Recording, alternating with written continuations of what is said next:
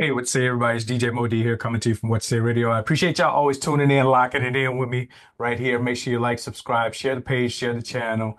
And I'm going to get right into it. Yesterday in Tennessee at Nashville at the Tennessee House, the big house, they had a criminal justice subcommittee and a representative from Memphis got into a somewhat of altercation with another rep up there at Tennessee. And check it out. I want y'all to see how it goes. All this. I'm a member in this committee's been here this year working during committee, during session, voting on bills. Yes, sir. And I know you may have some things going on, but you have not. So I don't think it's fair for you to come in front of this committee and lecture us on hard work and convictions and hard work for our committee. So and I understand where you're at and what you're doing and why. But at the end of the day, we've been here working. We've been on the House floor voting on bills. We've taken the tough questions. We've taken the tough votes. Yeah. And we're doing so. So I don't think it's fair for you to come in here and lecture this committee on hard work when we've been up here doing the hard work. Thank you, Chair Farmer, for your comments. They incense me. They make me very, very angry. Very angry.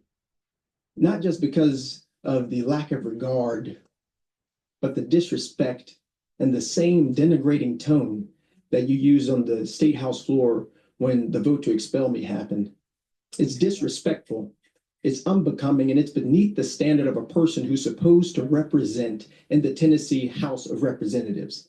It is a pathetic excuse for you to not answer the question of why we are doing nothing about the gun violence epidemic, than to personally attack me. But let me explain to you what I have been doing, Representative, since you asked. My brother, Temperance Darnell Pearson, one of the loves of my life, passed away from gun suicide on December 1st of 2024. And since that happened, it shattered my family like gun violence has shattered so many families. Shattered my nephew's lives, my mother, my father, my other brothers who are remaining. I buried my brother. I planned for his entire funeral. My fiance made his obituary. I made sure that he was taken care of, even in death. That's what I've been doing.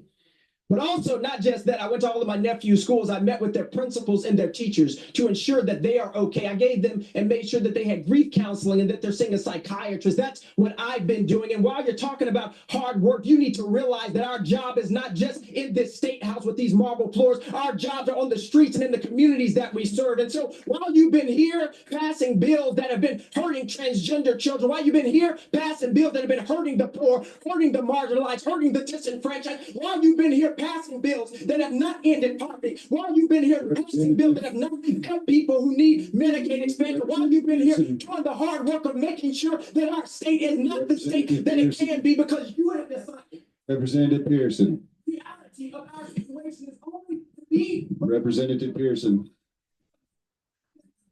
Representative Pearson. Representative Pearson. Representative Pearson.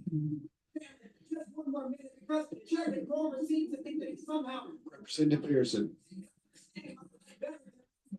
you need to understand that hard work isn't just sitting there and shutting up and passing a bill. It's doing the hard work of justice and working. Okay.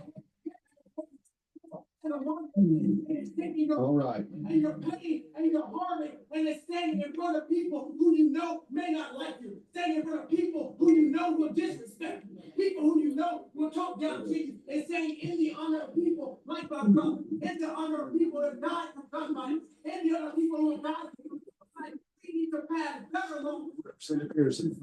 And for a state where everybody is able to live more freely. Complain of gun violence law, and me and my family are still having. That's what you need to think about, Sheriff Paul. Come on. Right. All right, ladies and gentlemen. Ladies and gentlemen.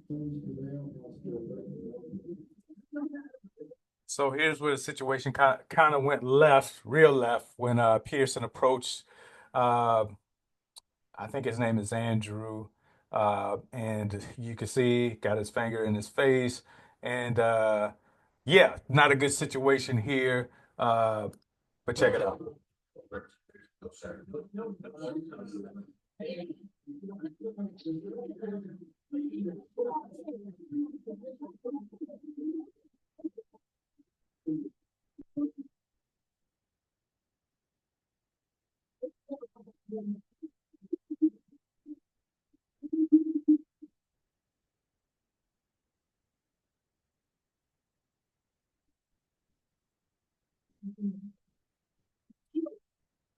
So that's how that ended there.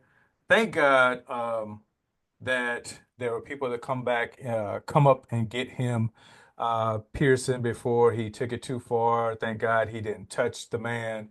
Uh, I don't condone that part. However, I do understand based off of Pearson's remarks.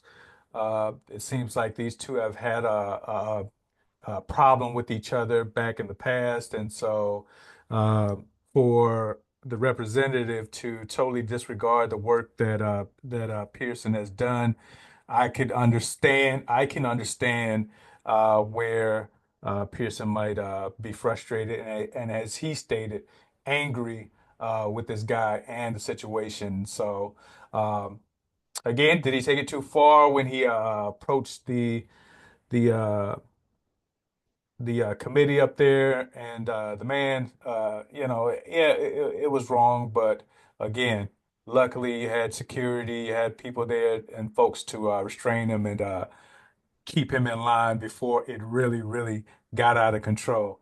And so later on, Pearson made it back to Memphis, and he was interviewed by the Memphis news station. And here was his response to the situation that took place earlier in the day. Check it out. But it is so hurtful and denigrating and painful to have on really one of my first days back to be experience treatment like this. State Representative Justin J. Pearson talking with us after a heated exchange with another lawmaker. The debate coming as Pearson was presenting a bill to end permitless carry, which ended up failing. Hello, I'm Greg Hurst. Hi, I'm Stephanie Skurlock. WREG's Brian Didlake sat down one-on-one with Pearson, who says while this may dominate the conversation today, tomorrow the fight continues. I can disagree, and we can disagree on any policy and legislation, but you do not attack people's family. And that's where Memphis State Representative Justin Pearson says he draws the line, his response coming after this.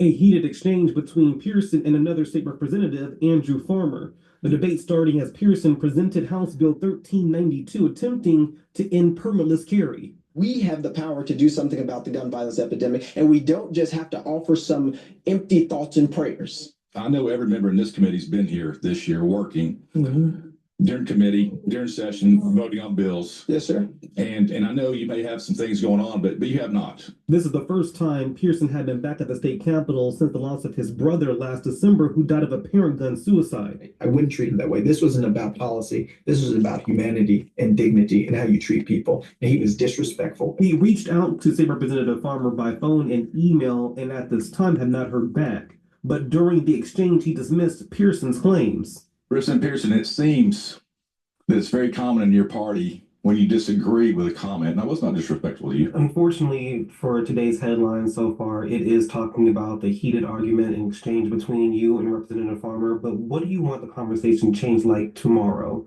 Look, the interaction between Andrew and I is one thing, but what I was arguing about and what I was fighting for is what was most important. The Memphis Shelby Crime Commission says a public opinion survey in January of last year stated 87% of respondents felt the city needs to come up with a way to restore the requirement that individuals have a permit with required training and a background check in order to carry a handgun in public. Memphis police previously shared this graph showing more than 8,000 gun-related incidents in 2023 alone. Go to too many funerals due to gun violence, and this is not a way for us to live. Pearson says gun violence is a state problem, not just a Memphis problem, as he encourages others to get involved. And we need to consistently draw attention to the issue, which is gun violence being preventable if we get the right leaders in place to act now. In Memphis, Brian Didlake, WREG, Channel 3. All right, so there you have it. He is all for gun violence, ending the gun violence, and so I got to tell you, I support him 100%. I don't think it's just a Tennessee problem. I think this is a United States problem with the gun violence. And so we need some regulations in place to control some of these, control a lot of these guns on the street. So I understand the fight and the passion that Pearson is fighting for, despite whether we're Democratic or Republic. You know, forget all that. Let's fight for what's right. And so, um, again, did it go too far there in Tennessee? Yes, it did. But uh, I think, thankful everything was under control and it didn't get out of hand. And so, uh, Pearson, I hope you keep on the push for your fight, and I support you here. And let me know what your thoughts are in the comment section. Leave some feedback here on gun laws. What do you think about it as it pertains to your area or the United States? And let me know how you feel about it. This is DJ Modi from What You Say Radio. I appreciate y'all always tuning in, locking it in. Please like, subscribe, share the page, share the channel, share this topic here with somebody. Peace. I'll catch y'all on the next one. What you say?